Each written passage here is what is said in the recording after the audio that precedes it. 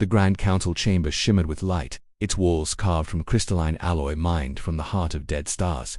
Within, the galaxy's most powerful species gathered: the Asari warlords, the Veiled Broodmothers, the crystalline Threxen sages. At the center of their circle stood a lone human, Lieutenant Mara Solan.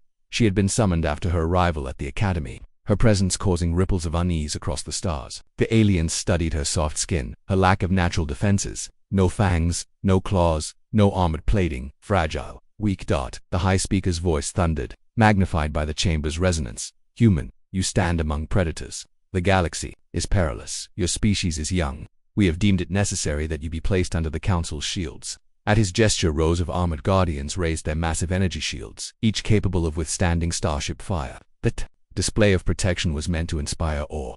You will not walk unguarded, the speaker continued. The Council shall keep you safe. No harm will come to you under our watch. We are your shield, your protection, your saviors. The aliens murmured their approval. To them it was generosity, mercy. To extend their defenses to such a fragile being was proof of their superiority.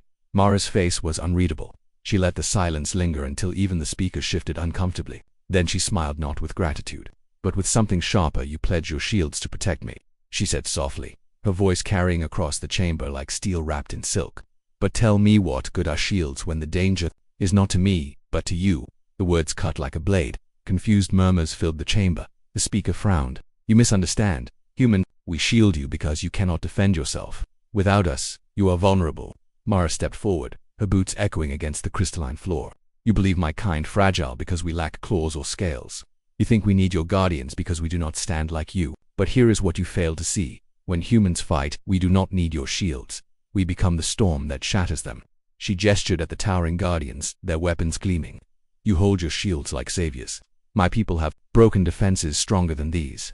Fortresses that stood for millennia fell in hours when humans arrived.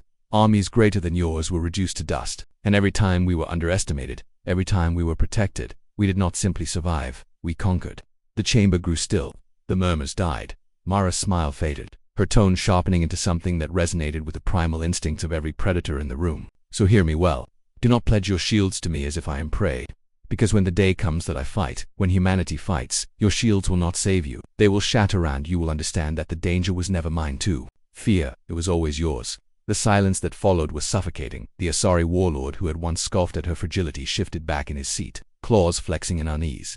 The Veiled Broodmother lowered her gaze, her venom sacs pulsing in agitation. Even the crystalline Threxens, who claimed to feel no fear, flickered with uneasy resonance. The High Speaker tried to speak, but his voice faltered. He had wanted to display power.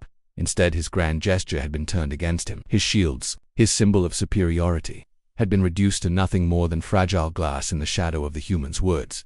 Mara turned and walked from the chamber, her footsteps unhurried. The guardians parted silently, their shields trembling in hands that suddenly felt too small, too useless.